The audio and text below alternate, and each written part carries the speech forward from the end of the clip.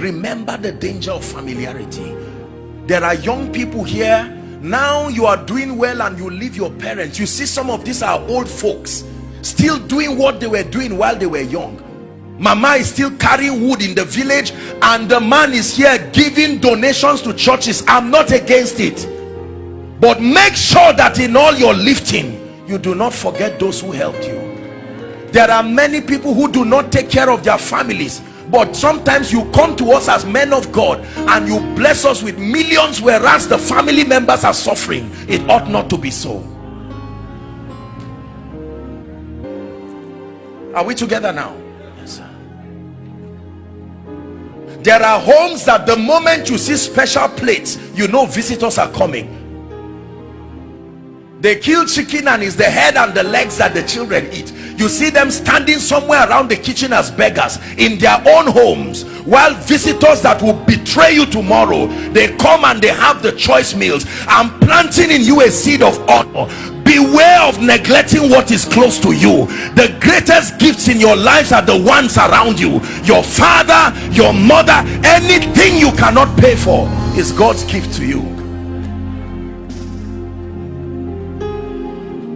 Don't allow your children hate you because of how you dishonor them. They go out of the house and they are treated as kings. They return back home and they are treated as rubbish. Same thing with parents. There are many young people, parents remain in the office because their children, let me tell you, there is nobody who runs away from an atmosphere of honor. There are many men today who cannot go home. Christians, as soon as they enter their homes, dishonor speaks everywhere.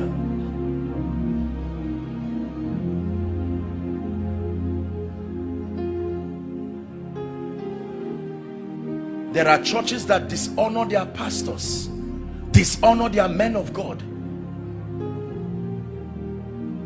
I do not know any assembly where the man of God will not excel, knowing that his people love him sincerely. Not something you qualified for. Apostle Goodheart, thank you for being my pastor. I love you. That you can truly, he knows how comforting it will be. You can be serving in the church doing things, but your heart is sincerely not there. We're talking of a genuine connection. Let me therefore propose a few things to you as I attempt to round up. Number one, you must make a covenant with yourself and your life and your destiny, that for as long as you are planted in this assembly under God, make it a point of duty that you will stand and you will die with your pastor. Make it a point of duty that you will see to it that as he follows Christ, you are giving him the best of your support and everything. Extend that same mentality to your boss.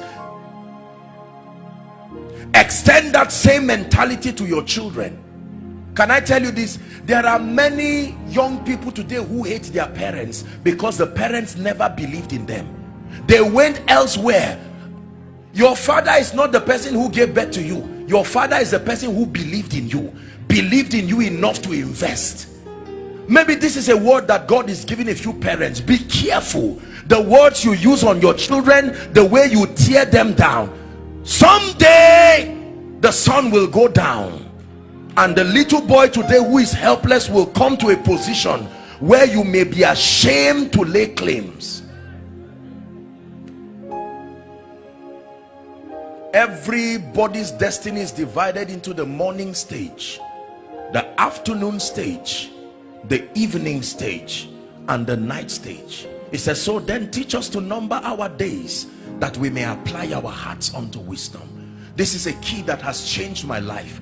I'm honored today to be part of the life. This is why I'm sent to the body of Christ. You do not know what joy it gives me. Do you know, aside from being a man of God, my greatest personal legacy as a human being is to be one who lived his life loving the Lord and sincerely being a shoulder for many people.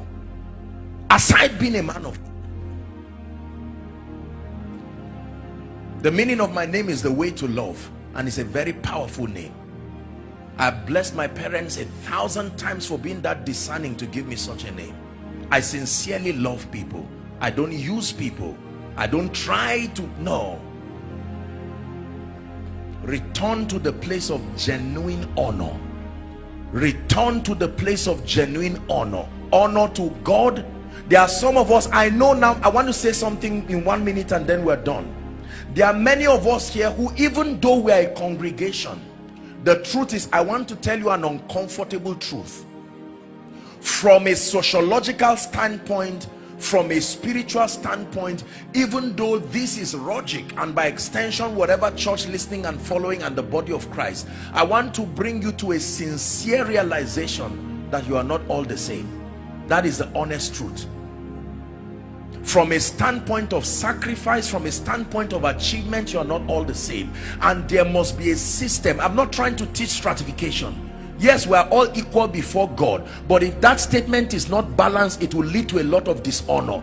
I found out that the reason why many blessed and wealthy people do not come to church is that there is a track record of dishonor. Their sacrifices are trivialized in the name of creating a unified platform to bless people. Jesus did not hide his honor for noble people. Zacchaeus, come down, I've changed, I'm going to your house. And because of that one sacrifice, many people were forgiven. The centurion, you are a man under authority, I respect you, I don't need to come to your house, I will speak the word. No matter how high God lifts me, I'm wise enough to know that there are positions I occupy today, sociologically speaking, that is a privilege. It didn't come by age, it didn't come by qualification, and we must be wise enough to communicate the same. Is God helping us? So there are many of us that God will bring us into places where from a physical standpoint we should not be there. Don't abuse that access. When God gives you access to the ears, the hearts, the hands of kings and nobles, do not trivialize it. One time I was going to pray for a first-class traditional ruler in this nation, and when I got there, there are these people, I don't know what they call them, the ones who hold whip and ensure compliance, those guys there. And I was going to the palace, and you don't enter the palace with your shoes, you know that, right? But the man said no. He said enter, and the people were surprised. I said no sir, please let me take off my shoes. He said no, I am king. I said enter. But if I'm going to see him another day and I now buckle my shoes and just jump in, no, I will not abuse that access. Can I tell you this? Every time a man shows you uncommon access, make sure you send back a message that makes him know, I recognize this is a privilege and I do not take it for granted. I guarantee you, do that and you have secured his fear. That fear of, if I give you greater access, would you abuse it? If you let them know that you are aware that you will never abuse it, then you will see more of them. These are the keys of the kingdom that we do business with.